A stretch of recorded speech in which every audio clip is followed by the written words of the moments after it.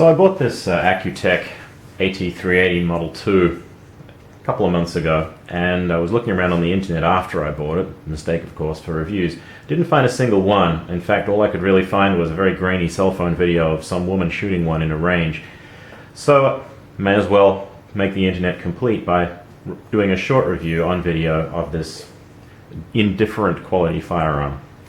So, a bit of background why I bought it. I went into the gun store looking for my first pistol, and I wanted something a little beefier than 32, and I wanted to spend no more than $300.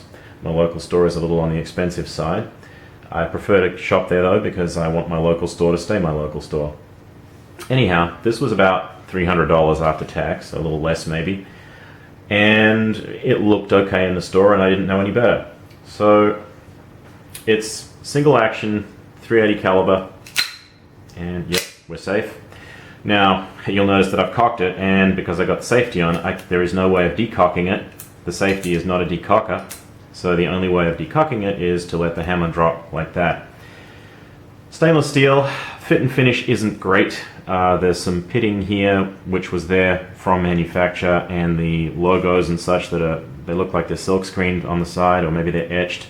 Anyway, they're kind of variable quality. There's a lot of little fit and function issues that are not really enjoyable about this. So it comes with two mags, one with a pinky extension, one without. Spare mags are readily available. One thing I do not like in the least is this magazine release. They call it a European style. I guess Europeans must all be masochists, because especially when these were first purchased, they were very difficult to get out. Easy to get in, not so easy to get out. So with the non-extended mag, it's like that. Typical kind of, belly gun type arrangement. You'll see also that this, and double check here, yep, we're clean. This, which I believe is a disconnector, engages with a groove underneath this flap here. But it's not quite in the right position, so there's some interference there where there probably shouldn't be. You'll also note that if you look at the muzzle end of the thing, there's quite a bit of play there of the slide over the barrel, and what that translates to is a very variable sight picture. So don't expect this to be accurate at any kind of range, even if you're a hotshot with it, which I'm not. Very, very, very bog standard weapon. At least it's not a Saturday Night Special. It's not made of pot metal. It's made of stainless steel, and it's strong. It's just not very high quality. And that lack of quality extended to a couple of other things too. As you can see, if you're familiar with it, you'll notice that this is very similar to the Walther PPK, and in fact it's more or less a clone of the PPK, only it's a crappy clone of the PPK, of course. So the PPK breaks down by swinging down the trigger guard, which then lets you take the slide off. This gun is very similar, except that the trigger guard is held down by a screw. So that screw there holds this in place. There is a block right here, which the end of the slide hits, and that's why you can't remove the slide when you've got the trigger guard in place. I don't intend to break this down because when I first took it out to the range, the first day was okay, right? I put about maybe 300 rounds through it. There was some functional issues which I'll discuss in a minute, but it was basically okay. Took it home, broke it down, cleaned it, put it back together, and the next time I took it out to the range, this screw here broke. And on looking into it, it turns out that the reason the screw broke is because there's meant to be a lock washer on it, and that lock washer was missing. What that meant is that the end of the screw projected up into the slide travel, and the slide would hit it before it would hit that block, and very, very quickly broke the screw. So I replaced it, and in fact I had to machine down a screw. This is just a regular 632 screw I bought at Home Depot. I stuck it in a drill and used a file to bring the head down to the point where it would fit in there. And then I put it in the gun, measured out where I needed to cut it off, and trimmed it so that it was exactly the right length. Great, right? Only not so much. Without a lock washer, you can fire maybe 2 shots before that screw starts to work loose. And as soon as that screw is the slightest bit loose, this is not a closed shape here. This is like a Y-shaped piece of metal here that engages that pin. And the top arm of it that you can't see that's under the trigger is much shorter than this arm here. What that means is that when the screw is the slightest bit loose and there's any play in this joint at all, that striking of the slide against the block will pop the bottom of that trigger guard out. It will also hurt your finger, by the way, but not too badly. And again, very quickly, that screw will break once the trigger guard is out like that. So I took it back to the store. I bought it to ask their advice because I've heard some really bad reports about Accu-tek, or Excel Arms, which is the company name really, taking a very long time to repair their weapons, although they do have a lifetime warranty, you know, made in USA, eagles soaring all over the packaging. I was thinking that I'd rather just pay the gunsmith, you know, if it's going to cost me $65 of his time to do it properly, I'd rather have it done locally, properly, and know that it's going to work. Anyway, he looked at it and he said that basically just putting some Loctite on there, or if I'd had a lock washer, putting a lock washer on there, should keep this joint tight enough that it won't open up.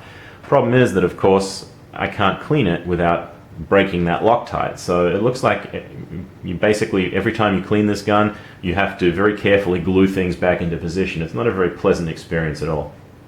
So, what else? This has gotten a little better over time, but these are 6-round mags. And I found when I took it straight out of the box, if I put all 6 rounds in, the first one, no matter what kind of ammunition it was, the first one would always fail to feed. I would wind up with the slide stuck half open like that, round half chambered. It wasn't a happy place.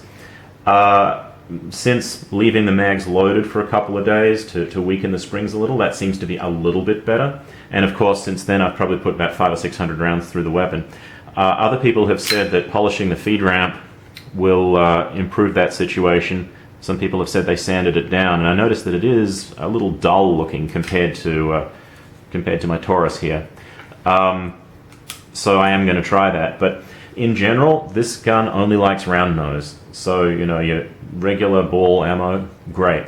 Semi-wad cutters like Winchester, they sort of feed sometimes, sort of don't feed sometimes. And same for hollow points. So, you know, PDX, whatever. This is probably not your ideal home defense weapon if that's what you're into. It's not what I'm into. I'm just a plinker, so I don't really care about that. But I now have some ammo that this thing won't comfortably eat, just sitting around in a box that I don't really know what I'm going to do with. That's pretty much all the functional niggles I have with it, with one exception. When I go out to the range these days, I take, I'm a cheap bastard, so I take RWS, maybe some Tula, and PMC ammo. And they all have different problems. Tula, at least from the batches I've bought, seems to be ultra hot. I mean, you can really feel the recoil. In fact, I've still got a bit of a scar from where I did like 200, 300 rounds of Tula one day. You can really feel the recoil. It's a lot more than any of the other ammunition I've fired, and it just feels harder on you, if not on the weapon. At least it feeds most of the time, but sometimes you get a failure to feed or a failure to eject with Tula. That's something I haven't had with any of the other ammo, by the way. Never had a failure to eject with anything other than Tula. With the PMC seems to be what it's happiest with, but with PMC, sometimes it'll fire, it'll eject, it'll chamber the next round, but it won't leave the weapon cocked. And I'm not sure why that is, but I think it has to do with the interference here between that disconnector piece and if you look at the way the slide operates, it's when it's in this position, that tab there should be riding inside a groove, and the idea is as the slide moves back, the edges of that groove taper out, and at this point it's completely flat, so it's essentially pushing that tab down. And anyway, I think that the failure to cock is something to do with that interference there, and it's maybe 20% of the time it doesn't work properly. But only with PMC ammo, and I don't quite get that. With RWS, I don't get that problem, but I have had a couple of light primer strikes with that, or at least that's what I think they are. I have a dent in the primer, but it doesn't fire. Fires on the second attempt, but again, annoying. So this was a fine first weapon, if for no other reason than it taught me about a lot of things that I wouldn't have known I didn't like until I actually had them in my hand.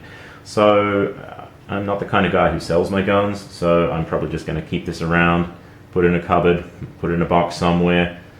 Maybe take it out once in a while to remind myself of the bad old days. But my toy of choice right now will be this, which is my next weapon, which my wife actually just bought me for Christmas, and I'm planning to take her out to the range tomorrow.